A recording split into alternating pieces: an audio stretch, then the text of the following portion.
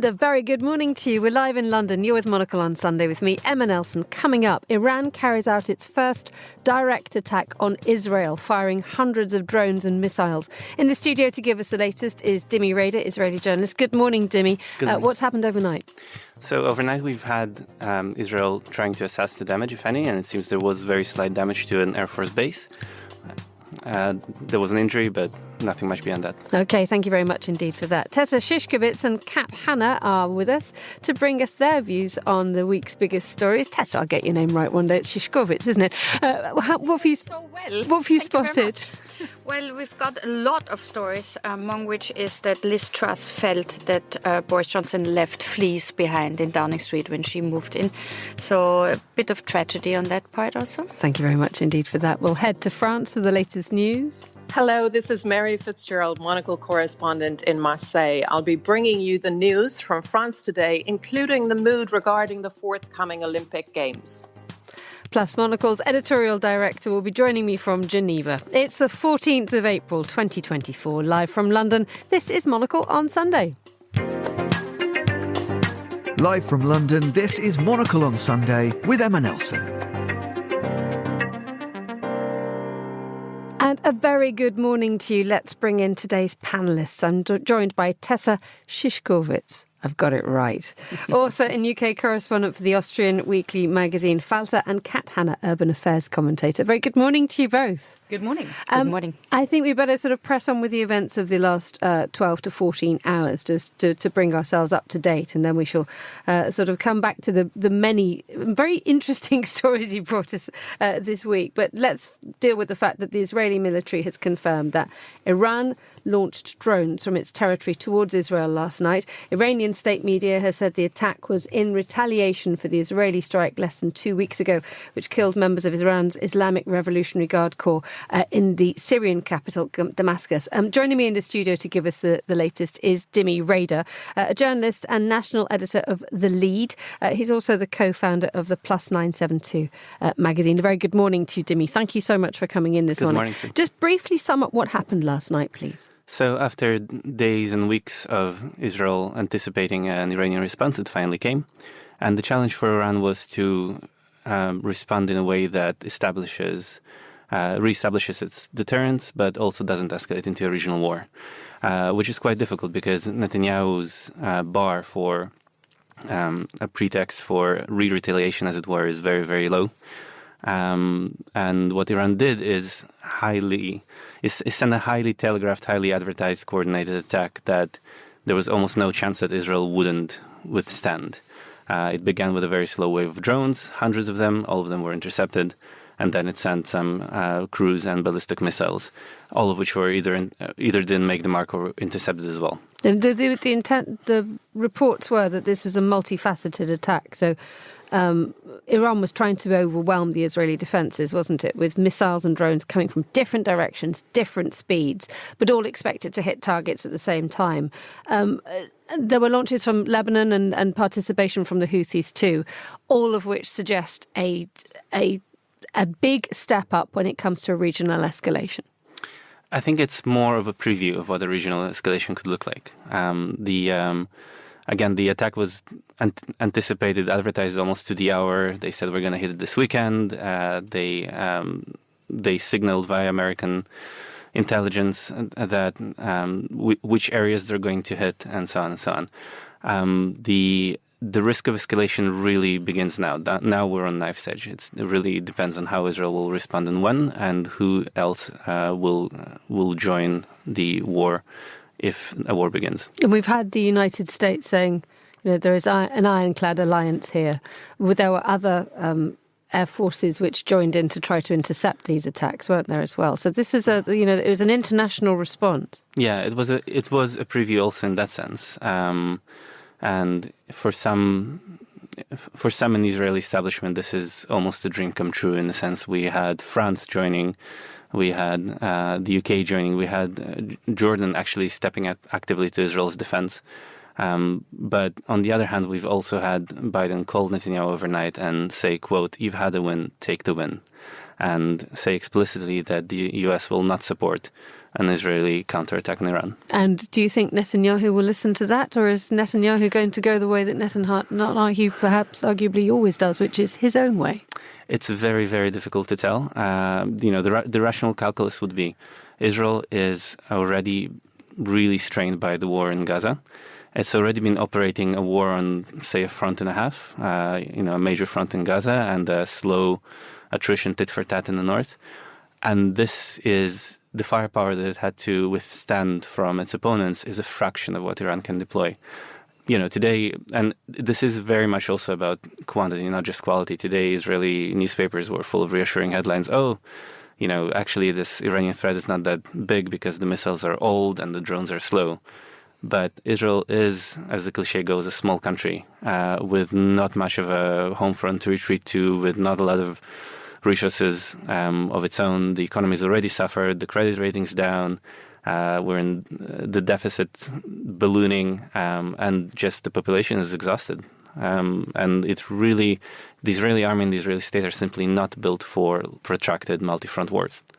Just tell us a little bit more about the fact that you said that Iran was using quite sophisticated weapons. By all accounts, they were quite surprisingly sophisticated. They're sort of domestically developed, launched not just from Iran, but there are reports that missiles were launched from both Iraq and from, I believe, Yemen.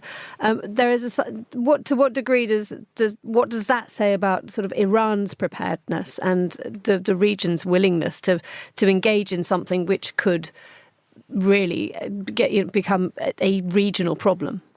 I think Iran is certainly technically prepared, and we've seen that alongside high-density, low-quality barrages, also the kind of drones that Iran has been selling to Russia to use in Ukraine. It can also use highly, highly precise long-distance ballistic missiles. We've seen it before in the attack on Saudi oil installations.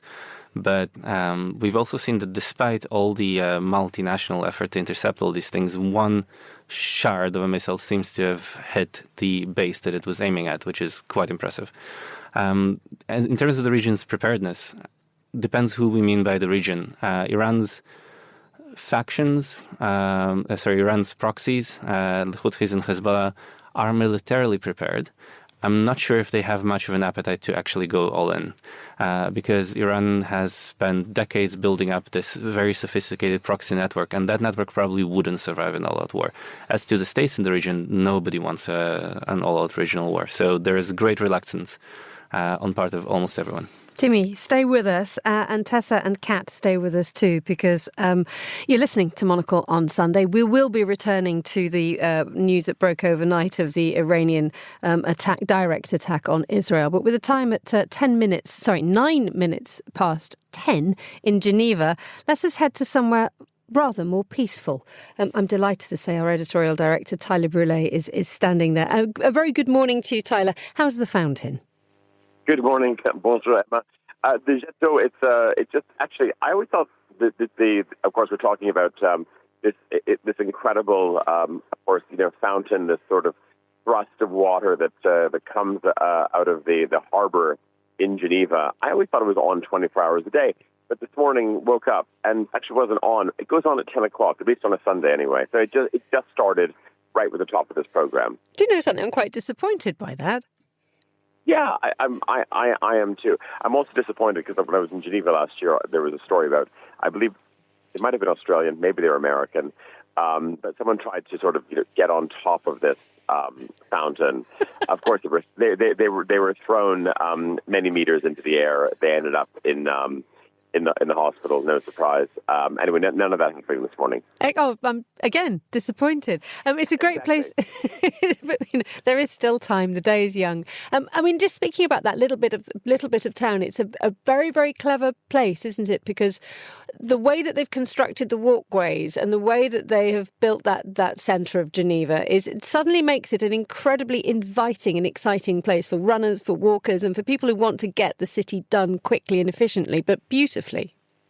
It's true. And also, this is, of course, we're in April, and there's something quite interesting about the dynamic right now, because I was walking around yesterday evening Watches and Wonders is on in Geneva at the moment. Now, this is one of the most important, well, you say it's luxury industry fairs. Of course, it's focused on timepieces. And this has really taken over from Basel. Basel World used to be the fair. Basel World has disappeared as the event where the watch industry would come together, the collectors, the buyers, the manufacturers, everybody. Now this is now taking place at the Palexpo, right beside Geneva's airport.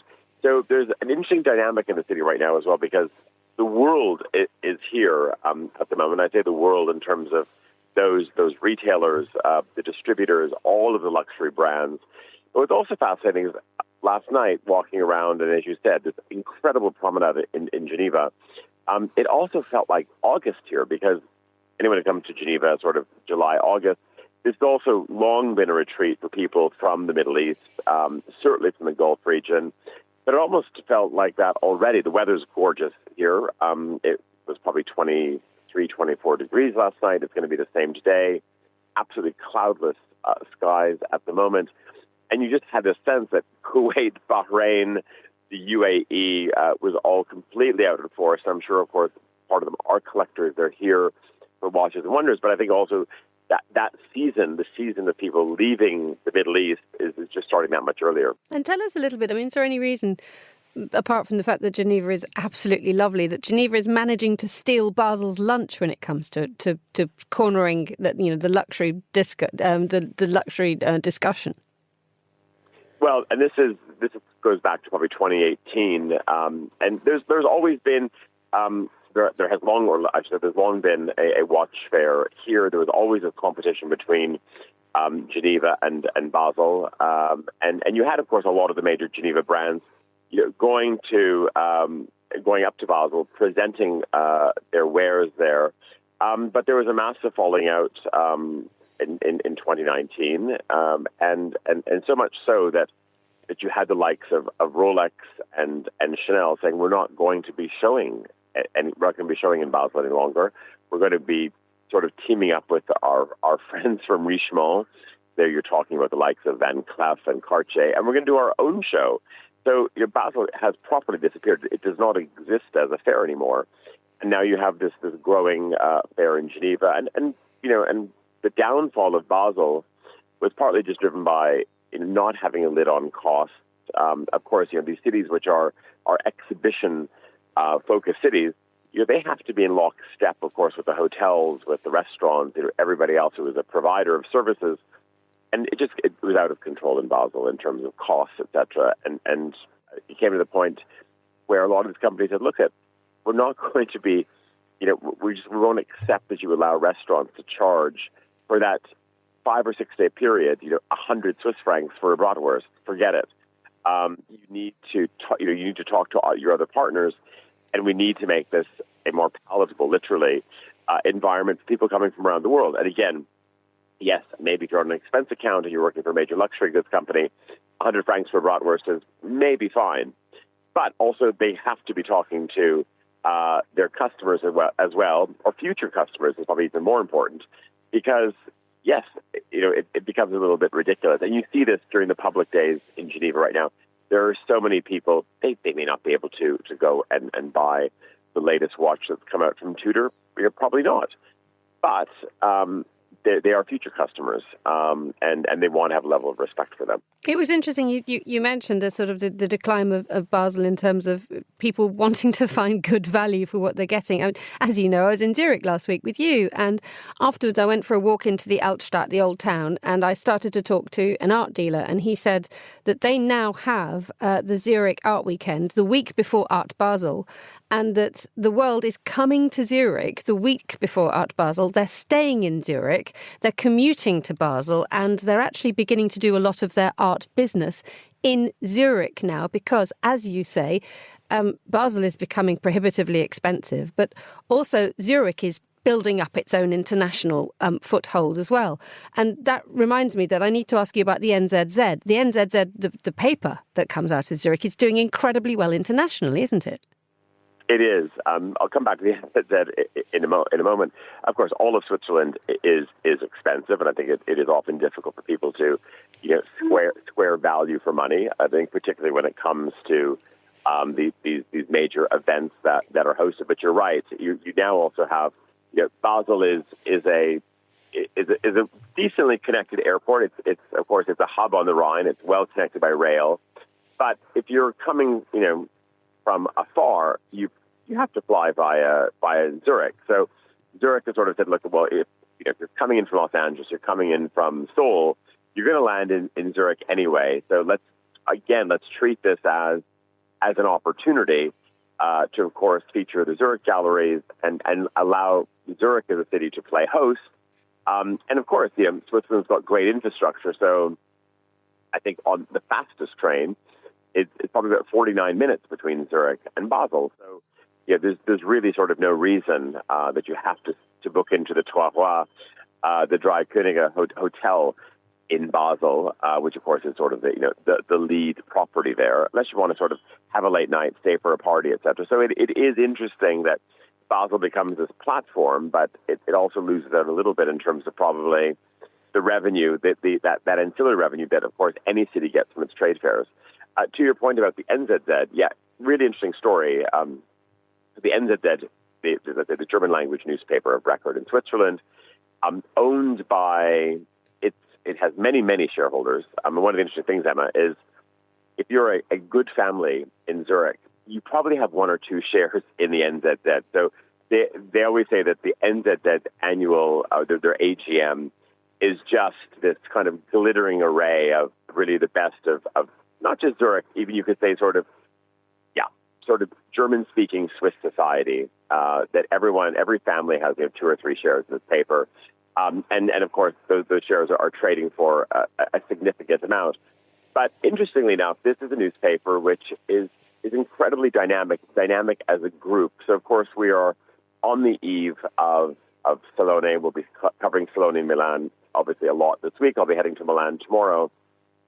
One thing that NZZ has done, aside from being this daily newspaper, is they've created an incredible vertical, to use the term, and just buying up really this sort of swath of different trade publications, trade brands when it comes to design. So if you're an architect, Architectonic is a very important site because let's say Emma is designing a new building in Hong Kong and wants to specify kitchens and she wants to see the latest from a variety of companies.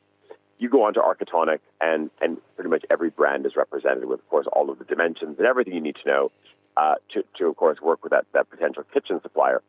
And it's kind of fascinating to see that this is what NZZ has been sort of, building up as a side business, let's say in parallel to being a daily newspaper. And as you said, they've posted some, very good results for, what is a daily newspaper? A daily newspaper which has all of the trials and struggles of any newspaper around the world. But for a small country, they've been very, very clever at diversifying, and not just of diversifying in terms of other business sectors, but also language as well. So one of the stated ambitions is for the NZZ to become much more English language focused. And I should say, in full disclosure, we've sort of helped them a little bit in terms of promoting their English language edition. And they say they want to go even, harder in terms of pressing their message. Paper is, I would say, right of center. And they're finding an audience, they're finding a currency with it, in part because, as we've sort of highlighted before, the NZZ dares to say things, and not in a provocative way, but they dare to you could say, just tell the truth, tell it like it is, like the Swiss often do, in a way that the English language press wouldn't dare to do anymore. Tyler, very briefly, your column this week has given us a quiz. It has. There are 10 questions in my column.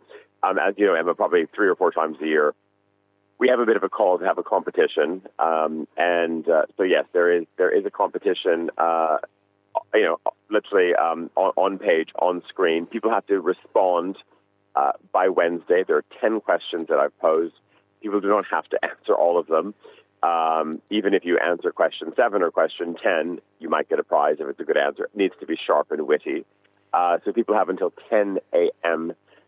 Swiss time on Wednesday to, of course, respond with their answers. And we will name those winners, not next Sunday, but 2 Sundays from now. Tyler, thank you very much for giving us all some homework and for joining us on the line from Geneva. That was our editorial director, Tyler Brûlé, by the fountain, by the jet d'eau. Just listening to that, Tessa, I mean, when you hear about the idea of a the German language paper of record in Switzerland, sort of putting out its feelers into the likes of Architonic and pushing its English language. What's your response to that? I mean, having worked in both English and German language papers in Austria.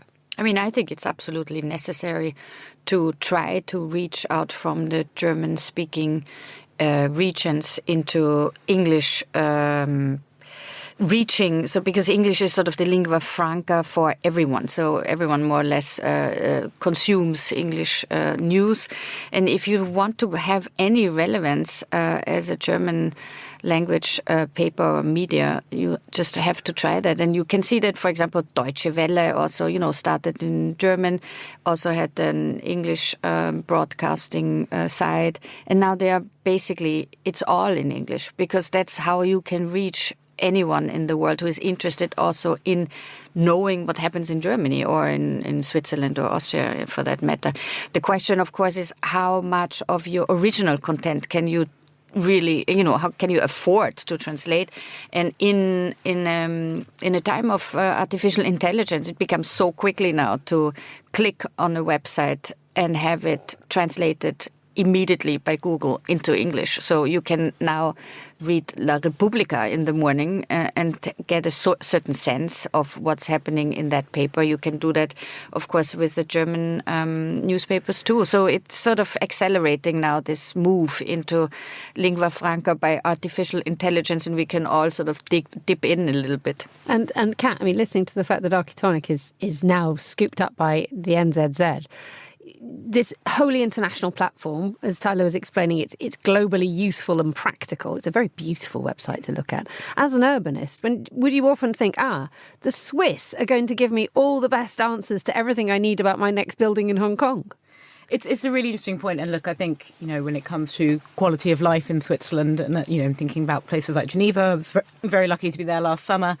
You can see that there is a lot going right, in that sense, in terms of investment that's made, particularly into public realm, the quality of the environment. I think the interesting piece kind of here in the angle I'd take and thinking about some of the stories might cover on later on is it's essentially this kind of global elite, isn't it? The people who were spending that money on these very high-end kitchens, the people who were, travelling to Switzerland to go and look at these watches, and actually maybe the homogenization of that very, very top level of society. And that there are certain things shared in common, particularly in terms of taste, in terms of design and aesthetic. And obviously we're seeing certain publications then be able to reflect that in terms of what they're sharing. So geography almost becomes less important, or at least, you're maybe taking some, again, the aesthetic values, but actually, again, we're maybe seeing some similarities start to occur. It becomes a question of logistics rather than character, which sounds quite sad in certain areas, doesn't it? A little bit. And I think, again, thinking back to the point Tessa was making again about, media in different languages, I think there's an interesting question of, would I rather read something that someone has written, in their own language and that has then been translated through Google or AI or anything else? Or would I actually rather, have a team of international journalists who are writing in a range of languages? And what actually gives me that sense of, as you raised, Tessa, of what is the take, what is the sense we're getting from a particular country or region? Dimi, I think we have to bring you in on this one. We brought you in to talk about the Iranian attacks on Israel, but actually you run an international news website. So how are you managing this? I mean, the fact that the enormous websites that we can, as Tessa said, you can read La Repubblica over your coffee and pretend that you're in Milan. Doesn't always quite work, but you know what I mean. How do you try and get a toehold in that? Well, I mean, we try to actually be quite specific and niche, and I think on both websites, the 972 magazine that I co-founded, but I'm no longer very actively involved with, and The Lead. And in The Lead especially, we've become, we started with national content, but from January we've been focusing on opening highly local newsletters. We have one in Blackpool, we have one in Stoke-on-Trent, Bolton, and so on. And each of them is getting a print edition of its own. So we're launching progressive-leaning local newspapers. And dare I say it, having my Dad spent a lot of time in Blackpool in the 1930s, and I spent an awful lot of time in Stoke-on-Trent as a regional reporter before the earth cooled. I think I'm wishing you absolutely the best of luck there to try to get people to engage and to pick up a paper and to really embrace what you're doing here. How do you persuade a Stokey, to put down what's that wonderful thing that you eat in Stoke-on-Trent? They like pancakes, but they're not. They're oatcakes. Staffordshire oatcakes. Put down your oatcakes with bacon and actually pick up your paper. Well, I mean, the paper themselves are getting delivered through doors, so we're kind of like that's it. You're brilliant. Okay, so here we go. You're taking it to them. But in terms of it's just really kind of telling the local stories. Regional and local press in the UK has been so decimated, and has now relied so much on aggregation and syndication, that original reporting, focusing entirely on one particular community, is quite hard to come by. And there are people doing fantastic work.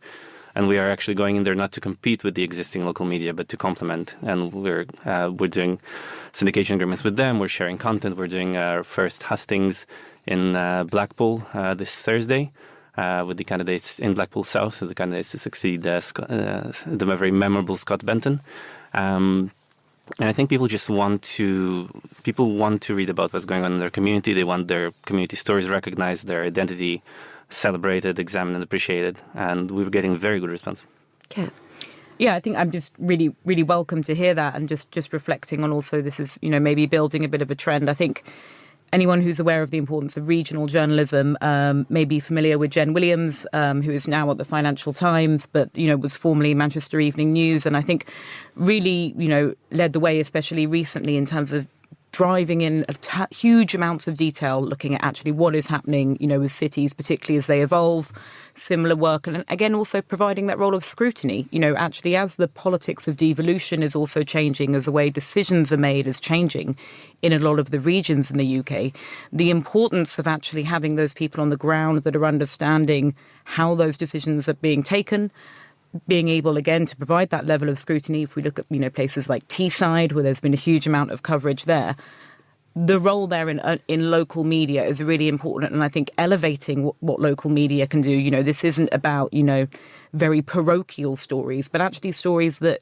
illustrate really how we're grappling with some major challenges in the UK. It's a relevance to the audience, which is always the key part of a story that needs to be told. And when you're writing for Falter, how do you determine what pieces you submit or what your editorial desk, Tessa, is asking you for in terms of conveying what is happening in the stories that you are choosing that you know is going to be relevant to your Austrian audience? It's a struggle. I think it was always a struggle to be a foreign correspondent. Doesn't matter where you sit, to make your home office, editorial office, understand that there are things that need to be told, stories need to be told. So usually, if something big happens, then everyone's alert and then you have to sort of jump on it. So during the Brexit years here in London, we had like 3 jobs at once to try to sort of fill the need for information in Little Austria coming from here. Yeah. Now, of course, I have branched out or back to the correspondence posts that I have been to before, which is Russia and Israel. So, of course, now I'm talking not about, if Rishi Sunak is losing already the local elections, or if the Conservatives will be completely wiped out there, or what happens in Blackpool. But we will now this weekend report on the response that Israel is preparing to the attack of Iran. Luckily we have Dimi then, who can tell Blackpool. Gives me some information. I think you'll be having a chat after the programme. Dimi, just briefly returning to the top story for today. I mean, the way that this is going to be covered by the international media is going to be a huge task, isn't it? Because you have the polarisation of opinion, and then you have the polarisation of various organisations which are running various media outlets, and then you have total splintering from within the region as well. It will be a really, really difficult story to tell because the factions involved, the number of countries that could become involved in this, will make it very complicated. And the last thing a reader needs is for complication. They need to be able to get everything in the top 3 lines. I think right now we're actually going to see the story split into 2 lines. One will be on Iran and Israel, and there, I think it's actually going to be pretty straightforward. These are two regional powers with regional interests and risks that they might or might not want to take. And overall, I think the tone will be, let's please not do this. Let's not go to a great Middle Eastern war. The other storyline will continue to be Gaza. And this is where the polarization and the factionalism is really going to come into play. The risk in Gaza really is that the global media will develop a fatigue, and it's already developing a fatigue, but the war is still going on, and it still has so many risks, obviously most immediately for Palestinians, then for Israelis, then for the region, and then beyond. And prolongation equals escalation. If this is allowed to continue simmering onwards, we'll see more and more incidents like the one overnight. Dimi Reider, thank you so much for joining us in the studio. The time here in London is at 9:31 a.m. You're listening to Monocle on Sunday with me, Emma Nelson. Joining me in the studio as well, the UK correspondent for Falter magazine, Tessa Szyszkowitz, and the urban affairs commentator, Hanna. We'll be talking about goodness knows what in a minute. I think it's fleas, isn't it, Tessa? But first, let's head to Marseille to hear from our correspondent there, Mary Fitzgerald. A very good morning to you, Mary. How's the weather in Marseille, I daren't ask? It's sunshiny and blue skies today. Very Marseille day. OK, that's enough. Tell us what's happening where you are. Well, there's a lot of excitement on one hand, but also some trepidation here in Marseille because the Olympic flame is scheduled to arrive here in France's second city on May 8th, so just a few weeks away. And Marseille will host the sailing component of the Olympics in August. And similar to the mood in Paris, there are worries about how well prepared the city will be in the run-up, and also concerns about overcrowding, but also security risks during the events themselves. So there's quite a kind of a mixed mood here in terms of what the Olympics represent and what they may bring to the city and to France more generally. I was struck this morning, actually, the main story on the front page of La Tribune Dimanche, a relatively new French Sunday newspaper, has a survey which it commissioned. It was commissioned Ipsos to carry it out. The survey showed that almost 100 days before the opening ceremony of the Olympics, less than 1 in 2 French people, so 47%, feel confident about France's ability to organize the Olympics. So I think that captures quite a mood in France right now. How French does the Olympics feel at the moment? From the outside, it feels very much like a Paris event. But I, for one, have got tickets to the football in Nice, so I know that I know that events are happening all over the hexagon. Is there a sense that the focus is very much on the capital, or do Marseille and Bordeaux and Nice and the like get their moment in the sun?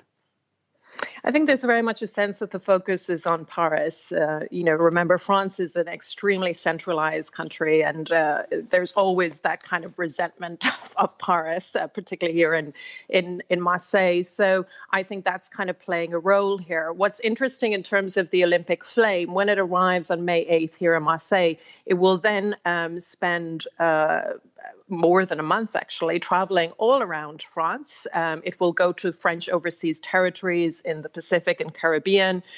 So it seems as if the authorities here really want to kind of get a sense of people across France really joining in and engaging with this idea of the Olympics being hosted in France for the first time in a century. So the last time Paris hosted the Olympics was in 1924. And of course, the Olympics for any country, it's a huge soft power opportunity, but if it goes wrong, it's a huge soft power challenge. Kat, you're nodding furiously. As an urbanist, you always have a very keen eye on a major event and how it affects a city. Absolutely, and I think thinking of our own experience in London and a bit of a personal angle for me in that I live on the fringes of the Olympic Park, so seeing how that space has evolved. But I think what's often said is there's often two ways of thinking about hosting the events like the Olympics. And firstly is the actual period of the Olympics itself, and often the anxiety, but also, the excitement that comes with that. But then actually what happens after, so the legacy. And I think we've seen, in recent years, a much greater focus on that legacy point. So again, if you take somewhere like London, actually what happened in that summer of the Olympics was almost temporary uses. And indeed, it actually was for some of the buildings. And the question is much more, well, how do you then use what many people term the kind of action-forcing deadline of the Olympics? You know, you have to get it right, or as you said, all eyes of the world are on you. How do you use that actually as a catalyst, particularly for a focus on development, regeneration, investment, for example, in infrastructure, but then thinking about the long-term benefits that can come with that? And that's something that the French have very much thought about, isn't it, Mary, given the fact that I think there is only one, maximum two new buildings which are being constructed deliberately, purposefully for the Olympics, and the rest is all regeneration. I mean, the focus again is on Paris, but is there any sign that Marseille gets a slice of the pie? Well, I think first of all, in Paris, it's definitely worth noting that much of the structures basically being built for the Olympics are in Saint-Denis, so the banlieue, the suburbs of Paris, some of the most deprived parts of the country. So there is, going back to the point that was mentioned about legacy, there is a focus on legacy here.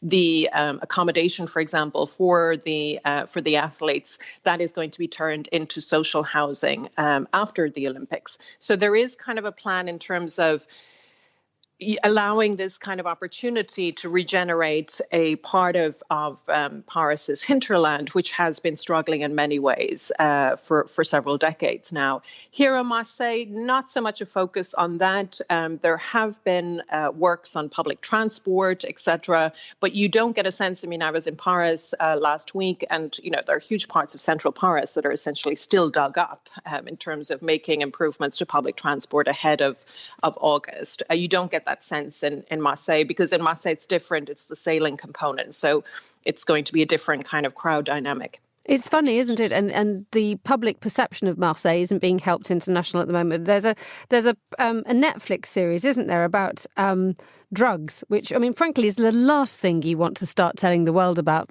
100 days before the Olympics. Indeed, but it's not the first Netflix series or indeed movie to portray just this side of life in Marseille. I read a review of this new Netflix series. Well, it's been out for a few months now. In French, it's Pax Massilia, or Blood Coast, as it's the title is in the UK and the US. And there was a review in Le Monde where basically the reviewer said, can the person in charge of approving series or movie projects in Marseille please do not accept any more proposals that give a sense that in Marseille you just have basically gangsters, drug dealers, and police officers, because this has become really a cliche of Marseille. I caught up with Pax Massilia myself last week. I will say I endured it.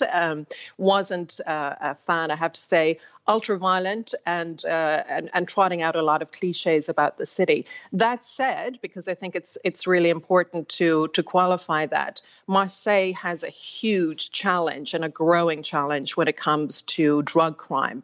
Last year, 49 people were killed in drug crime-related violence in the city. And just a few weeks ago, Macron was here to launch a new anti-drug crime drive in the city. So there's a lot of concern because last year it was an unprecedented number of deaths. There's also concern because many of those deaths were basically of very young people. So we're talking about very young men, sometimes in their late teens, sometimes in their early 20s, killing each other over the drug trade in the city. So a lot of concern about it. And last month, the president of the Marseille court told senators in Paris that, in his view, Marseille had become what he called a narco-ville, narco city, and that he feared that the state police and justice system will lose the war, as he put it, against traffickers. So it's one thing in terms of capturing this side of the city in movies and series, but there is a real life reality here in the city that is worrying a lot of its inhabitants and indeed worrying Macron. Mary Fitzgerald in Marseille, thank you so much for joining us on Monocle on Sunday. It's Emma Nelson here, joined in the studio by Tessa Szyszkowitz and Hanna. Tessa, let's have a look at the stories that have caught your eye, or indeed the stories that you have written this week. Tell us what you want to talk to us about. Well, it's very difficult this morning, I think, to do anything else than think about what will happen in the Middle East now. And in the Sunday Times is a story or an editorial by Matthew Syed, which I think is really bringing up a crucial point now. I mean, we sit in Europe, we watch the Middle East, and we think, oh, how will Washington try to calm the waves? And we've been so used over so many years, not so much maybe here in the UK, but in Europe itself, on the continent, to just sort of not really engage in our own defense, or also in how to pool our forces well in order to help other regions when it needs to be done. And Matthew Syed today remembers the experiment that Max Ringelmann in the late 19th century did with his students. He was an engineer who asked his students to pull on a rope together that was attached to a dynamometer to see how much weight they could pull. And each student pulled 85 kilograms, more or less.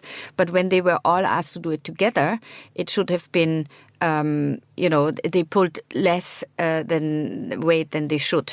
So it was about 450 kilograms instead of 595. So they naturally assume that someone else will pull the rope. Exactly. So this whole idea about social loafing is something which in German we call this Trittbrettfahrer, and we need to sort of use this term in German because it's actually, especially in Austria, where we are not members of NATO, we assume that people will be taking care of our security for us. It's very nice to invest in social projects instead of defense, of course, and that's how we grew up. That is a problem in Austria, isn't it? Because there are always perpetual questions being asked about where Austrian faith and loyalties lie, given the fact that there are still connections with Russia, which many other countries have said they don't want to have anything to do with. I mean, how do you navigate something like Austria? And indeed, if you look at neighbouring Slovakia has moved away from being a pro-Ukraine, pro-UK, pro-EU country with a massive change in government, which now poses an enormous problem given the fact that both the Prime Minister and the President are pro-Putin. Yeah, although it has to be said that Pellegrini, who was now elected President, he's sort of signaling pro-Putinist positions. But Slovakia has actually given a lot of the weapons that they could actually give already to the Ukraine. So we always have to look at the detail also a little bit here.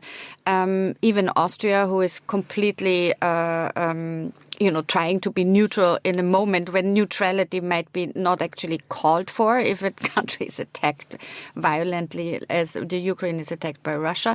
So these are the moments when you have to think, okay, what do we do? And I think that this very, very dangerous situation moving towards, I don't want to say Third World War because it's a bit dramatic maybe, but we have to be aware of the fact that we need to really defend ourselves. And the European Union under Ursula von der Leyen at least started now pooling weapons, purchasing weapons together in order to help the Ukraine, which is a big step for the neutral countries in any case, but also for countries like Germany. Germany is a NATO country, has a lot of weapons industry, arms factories, and has now to face the fact that as a strong European nation, you have to, of course, also engage on the side of the people who are being attacked and not only pretending to be, very, very reluctant to get into this. And this will now play out in the Middle East also very, very strongly because you have to sort of, see that you calm conflicts, but then you have to also have some teeth to enforce it. The interesting part, I was in Germany last week and I was in a town called Baden-Baden, which is historically described as the most Russian town in Germany. It has enormous connections, very wealthy Russians have been over time and time again, have bought beautiful houses there, have enjoyed the luxury spa. The great opera stars go to the concert hall each year. And when Russia invaded Ukraine, the Russians went, the opera stars were kicked out, and the town changed. There was a transformation again this week when I was asking hoteliers and restaurateurs, where are the Russians? And they said, well, a lot of them are back because they know that they can get out of Russia via certain ways. They know they still have their houses in Germany. They know they can still enjoy a luxury trip. The opera singers are back. but they have to go through the protests in order to get to the dressing room. But Kat, I was just the thing that got me was that it was the practicalities of how daily life operates. It is all well and good to say we need to give more of this, ostracize Russia, deal with Israel, deal with Iran, deal with whichever geopolitical crisis we're dealing with, because at the end of the day, a restaurant still needs to run its business and towns still need to function, communities and societies still need to function. It's really, really hard. Absolutely. And I think there's two things here. Is one, it's, about that reality of essentially of, money talks, and especially where we have had certain towns or cities, and you're talking about, quite a specific example in Baden-Baden, that their economic development has been so dependent on, a relatively narrow but very important and influential, cohort, and with their own money and what they bring to that. So that in itself is incredibly difficult. I think there's also something here, and I guess taking things to more of a domestic policy focus, but actually, again, some of these similar questions, is really looking at housing. So, unsurprisingly, that's the way I will. All roads lead to housing. Kat, it's brilliant, and then in many ways they do. And I think the reason why, actually, again, because if we're talking about how that wealth is accumulated, how it is distributed, we also see real estate, and we've had particularly a lot of conversations in the UK and in London about who owns some of our, particularly our most expensive properties. You can see, again, there is a connection there between actually what happens in geopolitics, but actually what happens in our cities and how they are shaped as well. I think the other point, and to return to a point that Dimi made, is, and something we've heard, is, no one wants a war. If you ask, most people, what is it that is most concerning them, it is generally the economy, and it is the cost of living. And in many circumstances, it is, of course, globally now very closely related to the affordability of housing as well. So, I think seeing, that there's necessarily these two distinct buckets of domestic and international, is probably a little too simplistic. And I think, one piece that actually particularly drew my attention was one, because it sounded like it had a very negative headline, but in some ways is actually providing some glimmers of optimism, at least in the UK, in terms of housing, which is a piece by John Elledge in the New Statesman saying the housing crisis is a problem that is inescapable. So again, in some ways, sounds pretty negative, and does highlight, obviously, the extreme, consensus that we're actually now seeing emerge around the negative impact of a housing crisis, both on the economy, both on productivity, on longer-term issues like pension provision, thinking about what's going to happen with demographics, but also on social inequality as well.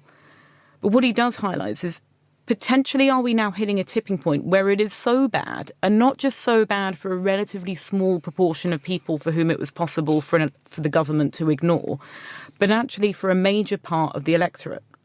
And does that then give that window to start thinking, well, actually, maybe we do need to do something a little bit more radical here? Because if you think previously for governments, solving the housing crisis hasn't actually been particularly in their political interests. If you again think of the electorate, their age demographic, they are predominantly homeowners themselves. They welcome house prices going up. So again, if you were either an existing government or a government, aspiring government, a big focus on house building or improving the private rented sector isn't really actually of that much appeal. That stuff takes time, though. It takes 5, 10, 20, it could almost take a generation. A long Labour government period awaits us for that.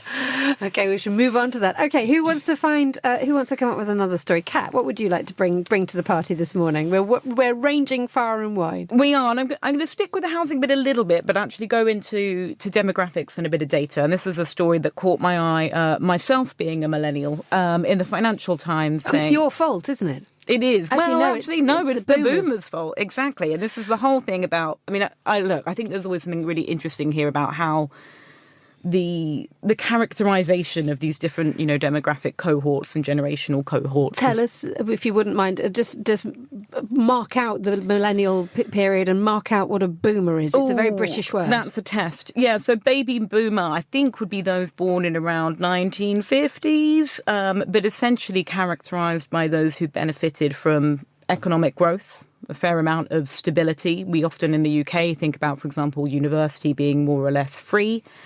And actually, again, house prices being very affordable. So, there's often this characteristic of, people that were able to save for really not that long at all, put a mortgage down on a house, not completely over-mortgage themselves, settle down, raise a family, and wasn't it wonderful? And a degree perhaps maybe of slight smugness that might come from that generation now. Okay, and then the millennials? And then the millennials, generally we're looking around kind of mid-1980s in terms of when they were born and later.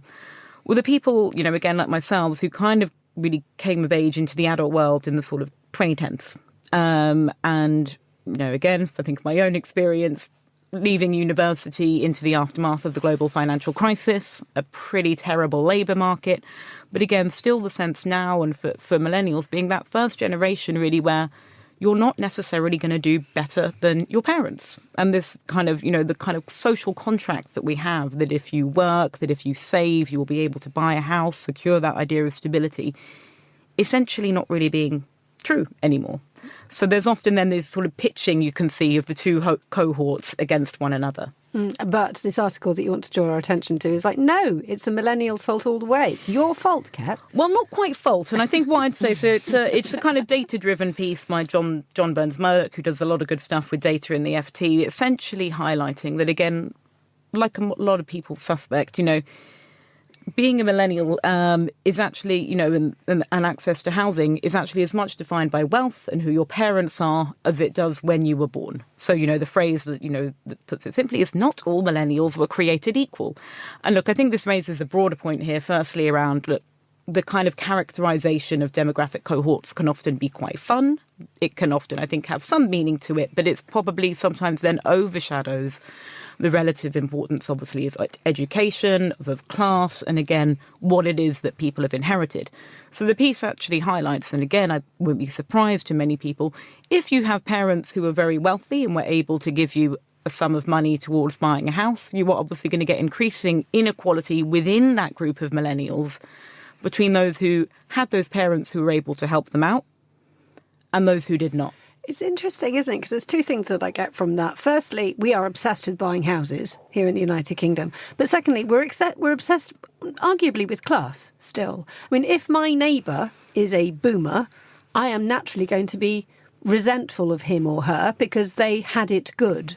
And I'm also going to hate the millennials because they don't seem to have the same priorities as me anymore. And is this a particularly British problem that we have, Tessa? Well, I think it is not the case that it's not like this everywhere else. Also, that this generation that now gets into the labour market finds that they might not have it as easy as the generation before had it during boom years. But I think, of course, this obsession with buying a house doesn't exist in that to that extent on the European continent, for example. And it's also, if you look at it from an economic point of view of is it necessary for everyone to have their own house, especially if you're in urban context where you have, big apartment blocks, where you have, old apartments like in the big European cities, and people have very nice apartments there, and you can rent them, and it could be much cheaper for everyone involved. So, I mean, it's a question of a philosophy a little bit and a cultural tradition, but it doesn't change the fact that I think the insecurity that people feel now and that we have to take also seriously, of a generation entering the labour market and finding it's much difficult because there's a huge transition, and it doesn't have to do only with house markets, but also with the question of which profession which are still existing after AI and all this takes over a lot of our jobs. So our houses are going and our jobs. Great. Kat, you wanted to briefly come in on that one. Yeah, I think again back to this point of, is this a particularly British obsession? Is the focus on home ownership? And I think the answer is sort of to an extent, but actually as the article highlights, this idea that home ownership is becoming increasingly hereditary is particularly prevalent in the US as well as the UK. I think as much about philosophy and culture, though, it's also about the quality and security of the offer. And, I think there's often, we don't do, the rental sector in the UK. We do, actually. Increasingly, a higher number of people do. Unfortunately, for most people, it's crap. It's very bad. what I need to ask you, though, and I don't think anybody really is aware of the fact, is you are fully Austrian and you are half Austrian, aren't we? And I am indeed. The Austrians, so hello Austrians, Scott, how did the Austrians do it? Because everybody always looks to Vienna to get it right. But they've introduced this sort of tourist tax, haven't they, to solve a housing crisis. That if you wish to rent your house out to tourism, then it becomes rather prohibitively expensive. Yeah, they're actually sort of limiting the Airbnb options that house owners have or apartment owners have, because they're just flooded with this tourist waves coming. But I think the main point about Vienna's housing market is that it's rent controlled. So you have, nice apartments, and it's not as, the Viennese, of course, complain that the rents went up now also in the crisis for 25%. But it's basically still affordable living and affordable, nice living. So let's talk about one particular tenant of a London apartment who complained that their flat was full of fleas. I'm not talking about anybody in London. Who am I talking about, Tessa? You wanted to draw our attention to this in the final 2 minutes. We even have rental problems at the top. That's true. And so Liz Truss wrote in her biography about her time in Downing Street 10, how awful it was. So, of course, the book must be rather short because she only stayed for 49 days. But in these 49 days, she found out that, A, it's quite noisy because there were so many protests outside on Whitehall where you think maybe that was your government policy that helped doing this. Yeah. But also, so Boris Johnson and Kerry, when they left with their dog Dylan, apparently they left some fleas behind, and that's what Liz Truss complains about. How sympathetic are we to Liz Truss with her fleas issue? I mean, you said that rental is, quote, crap. But to hear that Liz Truss, I think she also complained about the fact that she just couldn't go out. If she wanted to go and do a little bit of exercise, someone had to escort her to a very nice private part of Hyde Park where she could do her running and jumping in privacy.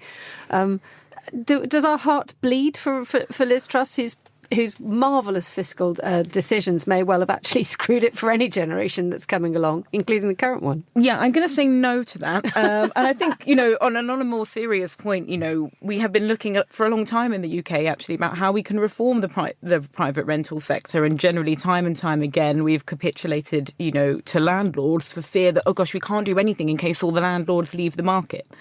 It doesn't appear to be happening, and again, we know from a Conservative government there has been that focus because, again, given a lot of their voters, they are those people for whom owning a second home, renting it out, that's their pension.